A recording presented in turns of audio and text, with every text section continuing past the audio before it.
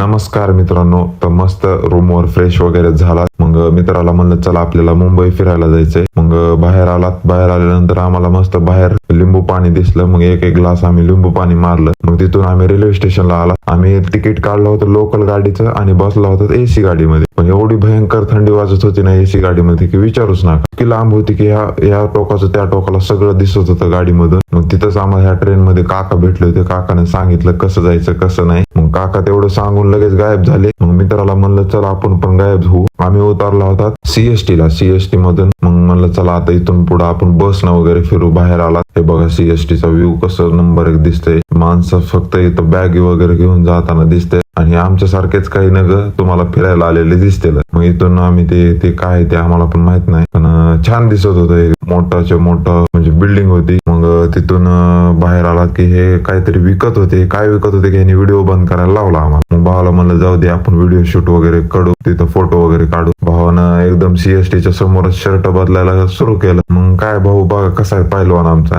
आज चल पहिलवान, त्याला म्हणते जिमची बॉडी. मग भावानं शर्ट वगैरे बदललं, कसा हसतंय गोंड सुगर. मग तिथं फोटोशूट वगैरे केला. मग आम्ही त्याला म्हणलं चला आपण आता गेटवेला जाऊ. मग तिथून आम्ही गेटवेला आला. इतकी गर्दी होती की विचारूच नका. गेटवे पाशी आलात की नाही की आम्हाला ताज हॉटेलची बिल्डिंग दिसली. इतकी भयंकर मोठी बिल्डिंग आहे ना. हे बघा जुनं ताज हॉटेल आणि त्याच्या शेजारीच हे नवीन ताज हॉटेलची बिल्डिंग आहे. इथं वाटत पण नाहीये की बाबा इथं ताज म्हणजे इथं अटॅक झाला असेल. हे ते की Z+ सिक्युरिटी नाही तर विचारूच नका. मग आम्ही ताज हॉटेलच्या बाहेर बसला. ताज हॉटेलची कॉफी काय घेऊ शकला नाही, पण ताज हॉटेलच्या बाहेर आम्ही आईस्क्रीम नक्की खाल्ली. मग मस्त आईस्क्रीमचा स्वाद घेतला. इकडं तिकडं फिरला. 4 पावलं चाललं की काहीतरी खायचं. दिसलं की ते वाढायचं. मग काय नाही तिथून हे खाल्लं फ्रूट वगैरे. मग तिथूनच लगेच एलिफंटा केव्हला जाण्यासाठी इथून बोट होते. आणि भावाला म्हणलं चल जायचं का आपण बघून येऊ. भाऊ म्हणला आपण गेला तर तिकडलेच होता, आपल्याला पुढच्या ह्याला उशीर होईल, पुन्हा नंतर कुठंच जाता येणार नाही. मग मस्त हातात मोबाईल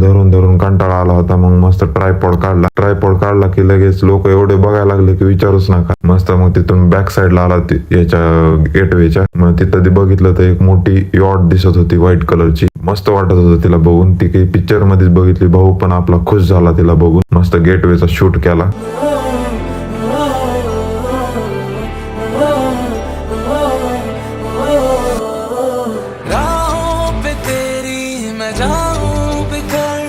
अगर साथ मेरे तू है हम सफर, मैं ना ये सोचूं है जाना किधर.